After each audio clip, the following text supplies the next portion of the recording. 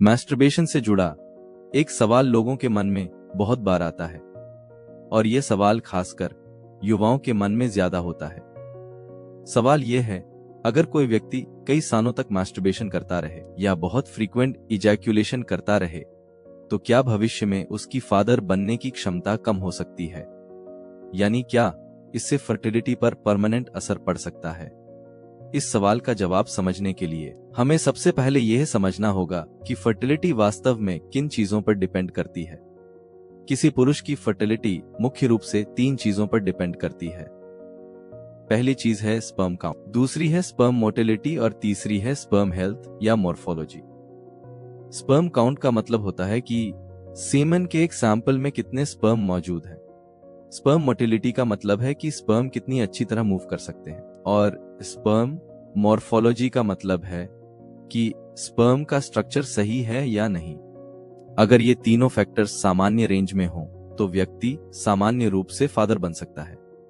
अब यहाँ सवाल आता है कि मैस्टरबेशन इन चीजों को किस तरह अफेक्ट करता है। साइंटिफिक स्टडीज के अनुसार इजैक्यूलेशन, चाहे वो मैस्टरबेशन से हो या सेक्सुअल इंटरकोर्स से, शरीर के रिप्रोडक्टिव सिस्टम का एक नॉर्मल प्रोसेस है।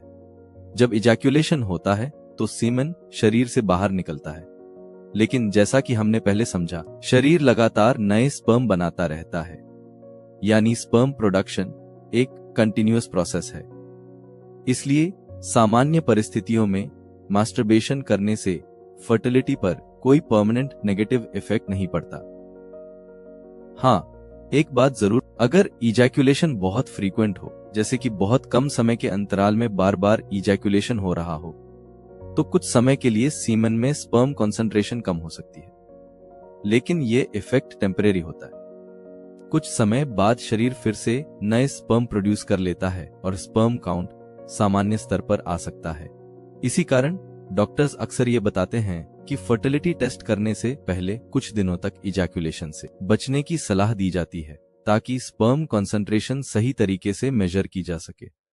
अब यहाँ एक और चीज समझना जरूरी है, फर्टिलिटी पर असर डालने वाले कई दूसरे फैक्टर्स भी होते हैं, जैसे poor diet, smoking, alcohol, chronic stress, sleep की कमी और कुछ मेडिकल कंडीशंस। ये सभी चीजें स्पर्म हेल्थ और फर्टिलिटी को प्रभावित कर सकती हैं।